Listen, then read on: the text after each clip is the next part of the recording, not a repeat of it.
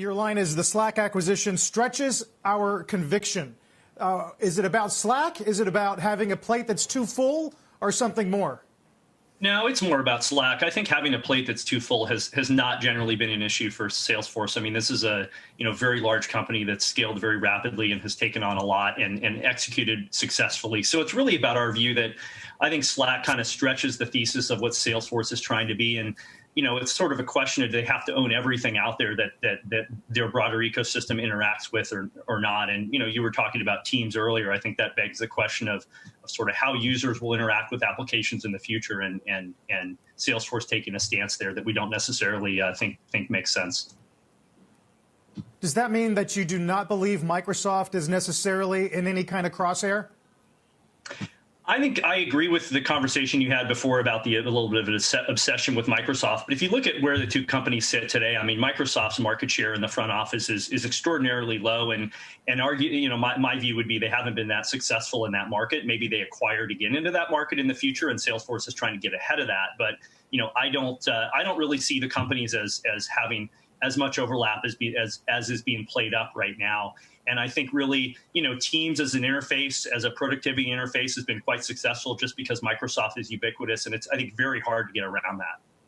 Walter, it seems to me that this also kind of resets the field when you're looking at enterprise, cloud-driven productivity and data. I think about Salesforce is also competing head-to-head with Adobe in the experience space. SAP is spinning out Qualtrics, which was supposed to be its play there. So do you see a realignment happening more broadly in this area, and perhaps either more acquisitions or more partnerships to define that piece?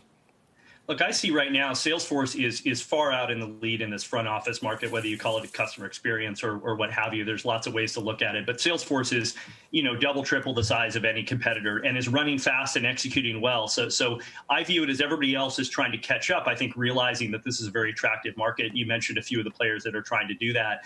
And, while I think Salesforce has done some things to help extend that lead, and I think they've done some things to broaden their strategic relevance, I'm not sure that this one fits the bill like some of the other moves we've seen them do in the last 3 years. Walter, in light of your skepticism about particularly the valuation of this acquisition, I want to ask you to respond specifically to Benioff's comment that Slack changes everything and makes Salesforce a whole new type of company. Benioff saying that this acquisition was absolutely necessary to take Salesforce to the next level, to allow it to double its revenue. Do you think that it could get to that next level and achieve that growth without a meaningful acquisition like this?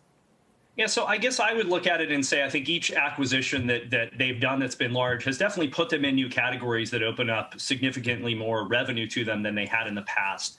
I think the other deals they've done have just been better strategically aligned with what they've done.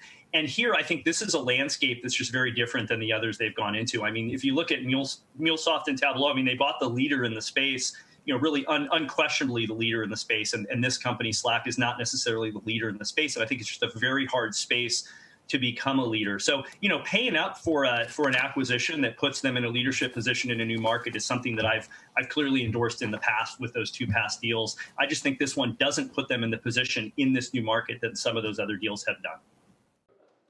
Shepard Smith here. Thanks for watching CNBC on YouTube.